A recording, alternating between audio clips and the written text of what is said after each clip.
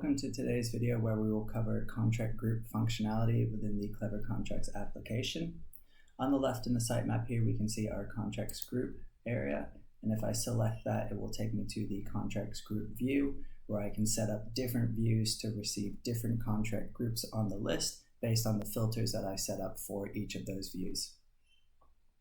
Once I found the contract group record that I'd like to find out more about, I can select that record from the list and it will take me to the contract group page. As you can see on the contract group form, we have some header information at the top. So we have things like a code which can be applied to a contract group to easily find that group throughout the system. We have a name that can be given to the contract group and a description that explains what that contract group is used for. We also have the possibility to capture an external reference, which might be useful if you have other systems that are going to be integrated to your Klevr Contracts application. And then you can apply tags onto a contract group, which can make searching and reporting very easy and powerful.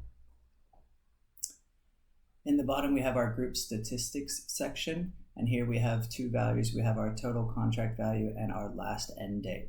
Both of these values will calculate based off of the different contracts that are associated with this contract group record.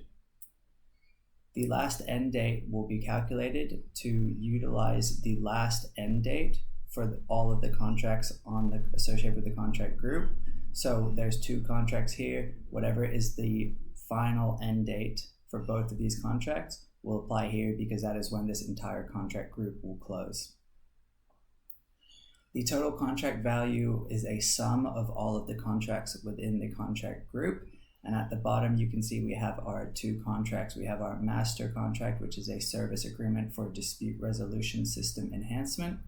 And then we have another contract for change management for dispute resolution system uplift.